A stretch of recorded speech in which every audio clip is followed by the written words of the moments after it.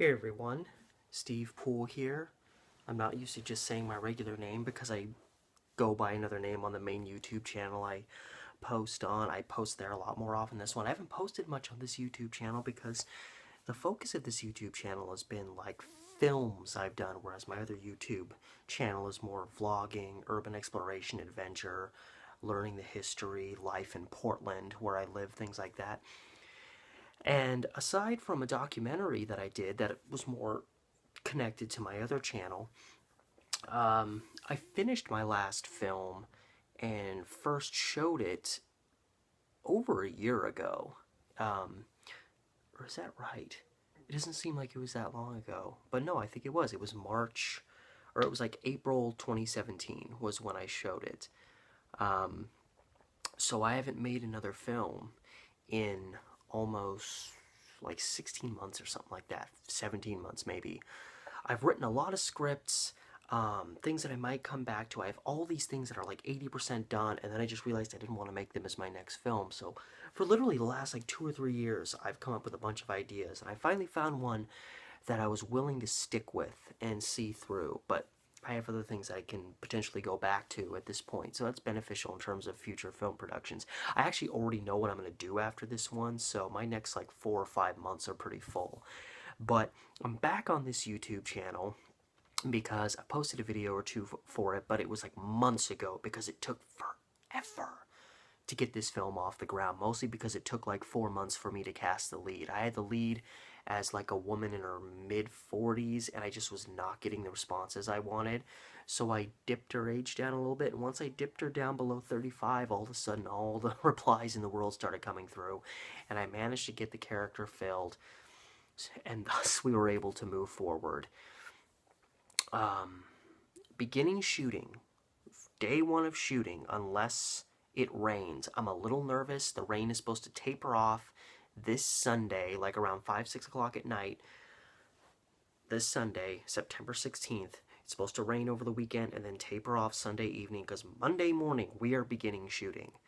Unless it rains, and then we have no choice but to cancel because I can't have my equipment out there getting dumped on by the rain.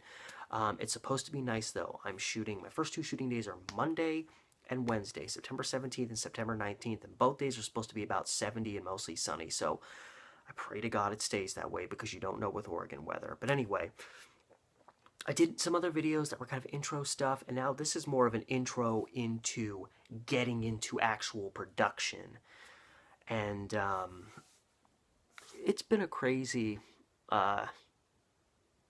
last 10 days to 2 weeks. I've just been working ceaselessly getting this thing going, completing and finalizing shot lists, organizing the shooting schedule, getting call sheets ready, the whole thing.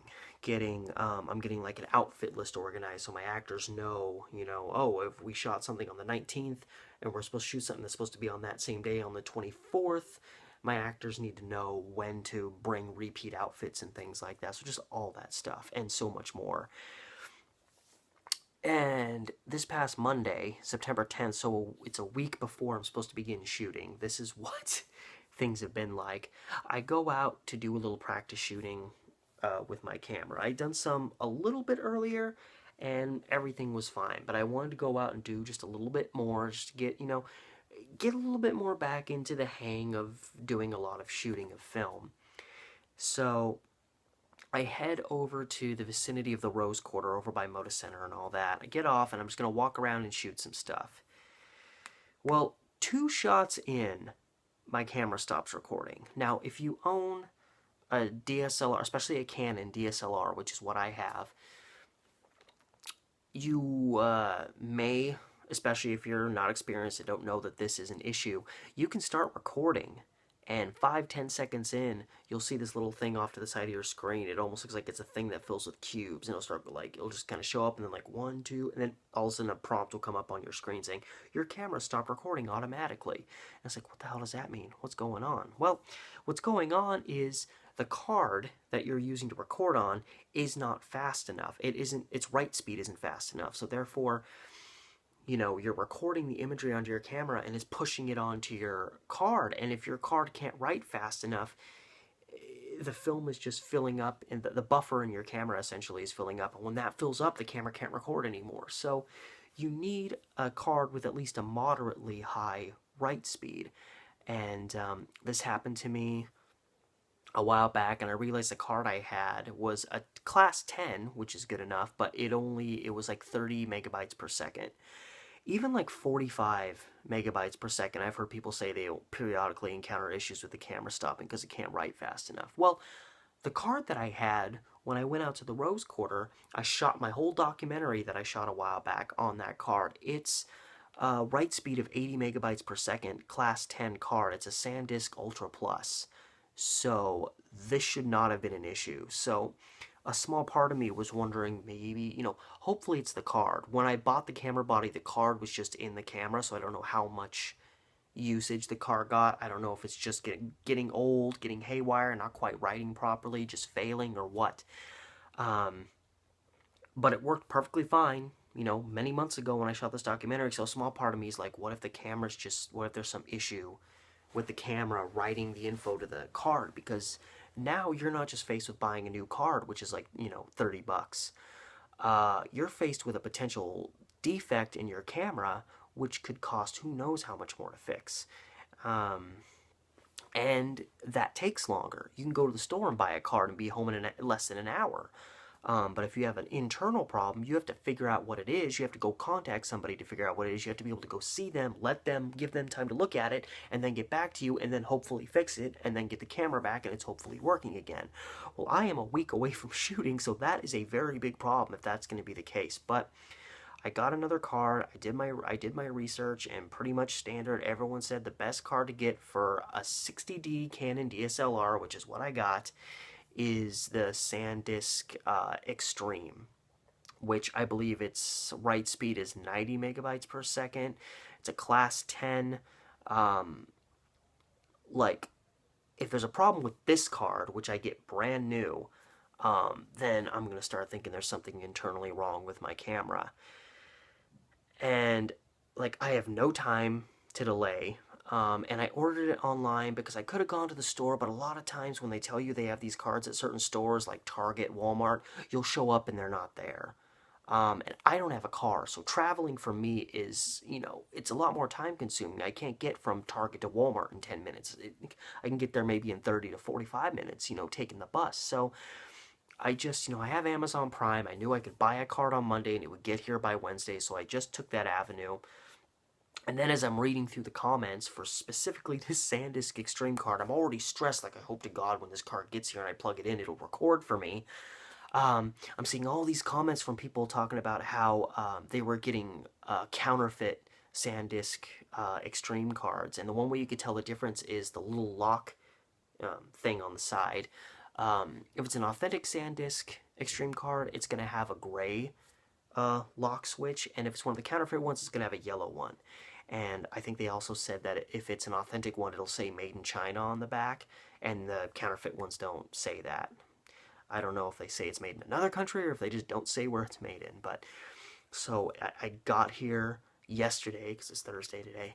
I got here yesterday. I ripped that package open so quickly, and I was like, hallelujah, it's got a gray tab. It's an authentic SanDisk. So that dramas aside, I gotta run downstairs, plug it into my camera, and start recording with it. So I plugged it in, hit record, and just let it go. And I let it go for a couple minutes, and it didn't shut off. The little thing on the side that kind of starts showing you that it's filling up and you may be in trouble, that didn't pop up.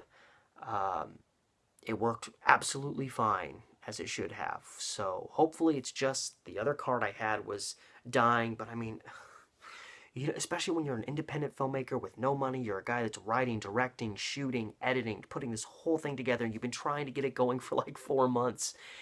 And now, a week before shooting, suddenly your main SD card that you used to film with is suddenly having problems. It's just Murphy's Law that something big like that is going to happen. If one of my XLR cables for my sound equipment plugging my sound mixer into my mic fails or gets ruptured and doesn't work anymore, that's not that big of a deal. I can go to the store and buy a new one for 10, 12, 15 bucks. But when the very device that you're putting all your film footage onto is failing you, that's a whole other story. So as of last night, that issue is resolved, and I've just been spending the whole day just doing the final touches so I can try to, if not tomorrow, early Saturday, get my people all the stuff they need so that they've got it all, like, still 2 days ahead of shooting. Because I'm coordinating this whole thing, I want everything to be as clear and concise and direct as possible so that when we get to shooting, there's not going to be a whole bunch of confusion. Because I'm not going to have 5 or 6 PAs to turn to. Hey, they're having an issue. Can you deal with that? Because I'm trying to get this shit done over here. I want it to be just quick and fun and simple. So I'm literally just sending every bit of information my actors and crew need to know as ahead of time as possible as I can, so there's just no conflict later on. Even though there's always eventually going to be some kind of conflict that comes up, but limiting it as much as possible. So that's how the final days of pre-production have been on this thing for me. I had to go on Facebook and just rant like, why is this happening? I bust my ass to be a filmmaker and this shit always happens. I was heated on Monday. It sucked. But, you know, I've got a pretty easy work schedule. I'll be able to get to bed nice and early Sunday and Tuesday night so I can be ready in the morning Monday and Tuesday, or Monday and Wednesday. The plan is to have 5 pretty long shooting days and then 1 slightly shorter final shooting day to shoot the leftovers of what I couldn't fit into those other days without us, you know, running out of sunlight essentially and going, you know, over what you can really expect from an actor. Once you start breaking 10 hours with actors, you know, people are starting to get really exhausted, so I don't want to push things too far with this so I can get the best output from my actors as possible. And yeah, so I'm going to be continuing to do this on this channel because I'm actually like making a film again, so I'll actually be able to post videos directly to my Silly Sisters Pictures channel. And if you want to go through my channel, there's, you know, more stuff, scenes, bits, a couple films in their entirety, more of my earlier stuff that I'm not really so concerned about having open for people to see on YouTube, and also a film I did in 2013 called The Runner, which is one of my more bigger productions, but it's getting so many views on YouTube that I don't want to take it down. It's gotten like, I just put it up, like, here's another film I did, just putting it on YouTube. It's got like almost 30,000 views over the past couple of years, which is not, you know, a lot for a big YouTuber, but for someone like me, who a lot of my videos don't even break 100 views within like 2 years, like, that's huge for me. Especially since I was just putting these up there as an avenue to, like, give people links and to show, you know, people always ask, well, what's your work like? Can I see what you did before I work with you? And you can just direct them to that. I didn't really make this channel with the intention of becoming a big YouTuber. It's just a networking thing, really, more than anything else. But that movie's kind of gone off on its own. But yeah, I'm going to continue to post update videos here. I may even shoot a little bit of video on scene while we're acting. It depends how, you know, distracted by filming I'm going to be. So you can look forward to those upcoming. And I have a Facebook page for this. I haven't even said the name of the film, even though I've mentioned it.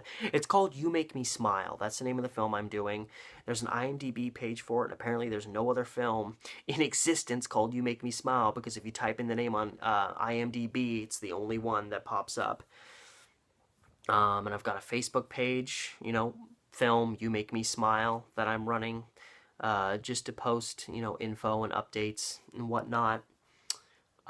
So there's other things you can access in terms of this future and getting feature film, not future, in terms of getting more information about it. So I will continue to get in touch with you guys.